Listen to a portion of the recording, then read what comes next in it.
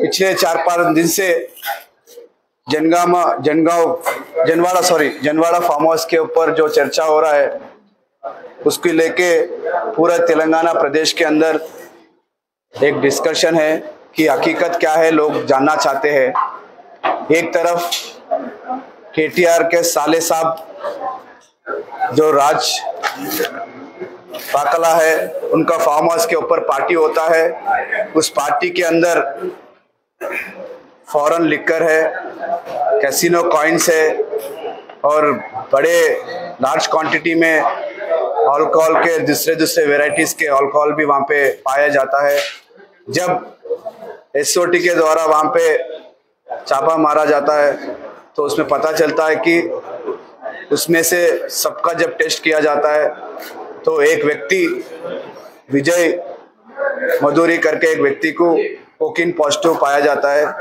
जब बात बाहर आती है कि इस तरह का माहौल है तो उनके डिफेंस में जो फार्म हाउस के ओनर है राज पाकला जी, उनके जीजा जी आते हैं और आके ये बोलने की कोशिश करते हैं कि हमारे प्राइवेट पार्टी हो रहा है।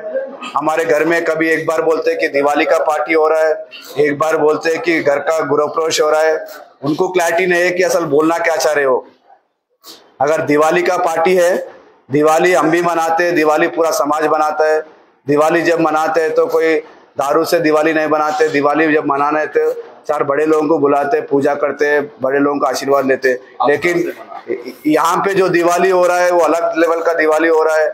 उसमें लिकर है, उसमें ड्रग्स है, उसमें कैसीनो का कॉइन्स है। इससे पता चलता है कि उनका कोई दिवाली का पूजा नहीं हो रहा है पर खुद का एंटरटेनमेंट हो रहा है वहाँ पे।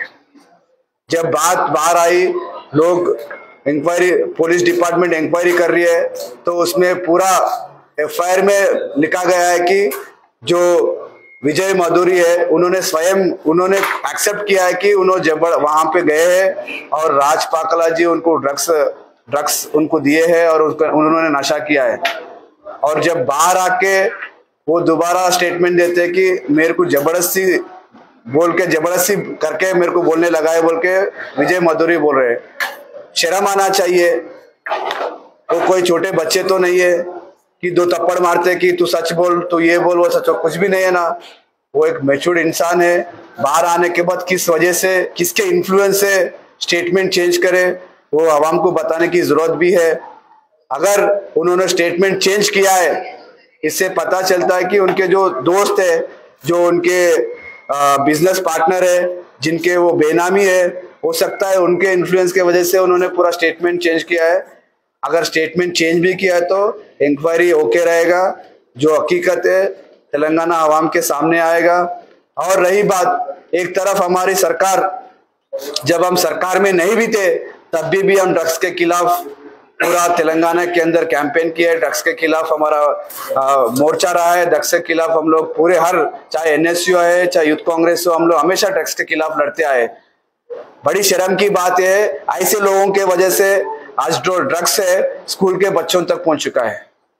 बड़ी शर्म की बात यह भी है, जब हम लोग कुछ करना चाह रहे, जब हम सबको मालूम है कि एक व्यक्ति को कोकीन पॉजिटिव पाया गया है, वो सब आगे आके सपोर्ट करके वो लोग बोलना चाहिए इस व्यक्ति को लेके जाओ और इस व्यक्ति का पूरा इंक्वायरी करिए, ये कहां से ड्रग्स लिए, कौन इसको सप्लाई किया और किस वजह से यहाँ तक पॉजिटिव कैसा है करके उन्होंने सपोर्ट करने का छोड़ के सब आप उसके डिफेंस में आए।